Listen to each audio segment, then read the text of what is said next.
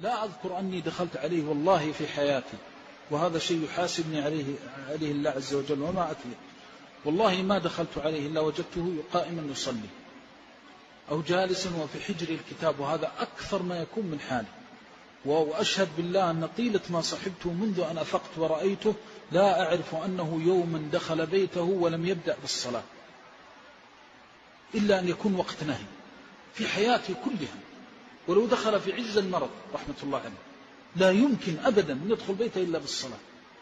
ثم إذا جلس على فراشه ممدود له رحمة الله عليه، وأمام الفراش ما لا يقل عن 20 أو 30 كتاب، ما بين التفسير ما بين الحديث ما بين الفقه، ولا يشبع، ثم يجلس مباشرة على الكتاب، أو أدخل عليه وهو جالس يعقد التسبيح بيده.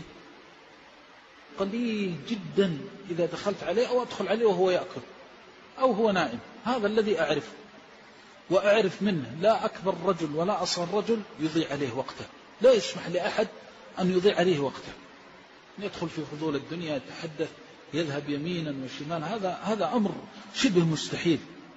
إما أن يعلم أو يتعلم أو يشتغل بذكر الله عز وجل، أو يسمع قصة فيها عبرة أو عظة، يخرج مع أبناء العم والقرابة، وهذا يعرفوه كلهم يعرفونه. لا يمكن أن يخرج يدعى إلى مناسبة إلا وكتابه معه، فإذا وجدهم جلسوا حلال الله وحرام الله وسوق الآخرة أقيمت وموازين وقيمت عاش معهم. مجرد أن يقولوا فلان وعلان وبدأ السخرية يخرج من بينهم ويجلس تحت الشجرة ويقرأ. كانوا يخرجون حتى يأتي وقت الغداء فيتغدى ثم ينصرف.